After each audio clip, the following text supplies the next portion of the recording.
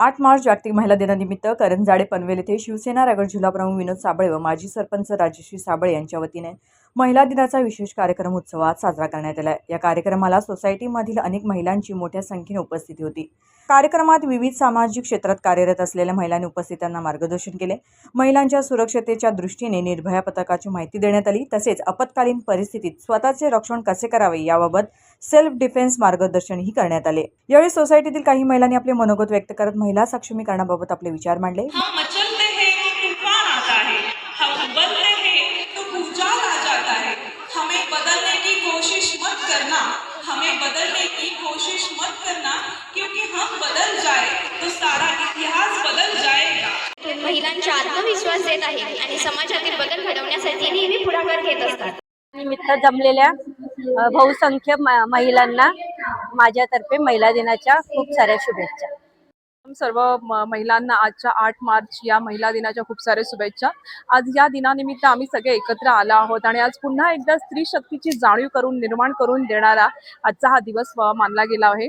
आणि आजच्या या दिवसानिमित्त आम्ही भरपूर सारे मार्गदर्शन ऐकलेले आहेत आणि खूप सारे उत्तेजनार्थ असे विचार आमच्या कानावर पडलेले आहेत। सो पुन्हा एकदा तुम्हा सगळ्यांना महिला दिनाच्या खूप साऱ्या शुभेच्छा देते। Thank you so much. सर्वप्रथम सर्व महिलांना जागतिक महिला दिनाच्या मनपूर्वक शुभेच्छा। खऱ्या अर्थाने आपण पाहिलं असेल तर महिला या आपल्या संसाराचा कणा आहे आणि त्यांच्यामध्ये जागरूकता महत्त्वाची आहे। आम्ही आज सकाळी आपण पाहिलं असेल की आरोग्य शिबिर घेतलं, तिथे मार्गदर्शन सुद्धा केलेलं होतं आणि इथे आता संध्याकाळी सुद्धा शिवसेनेच्या वतीचे आमचा हा जो कार्यक्रम झालेला आहे इथे आम्ही पोलीस अधिकारी API मुंडे मॅडम होत्या।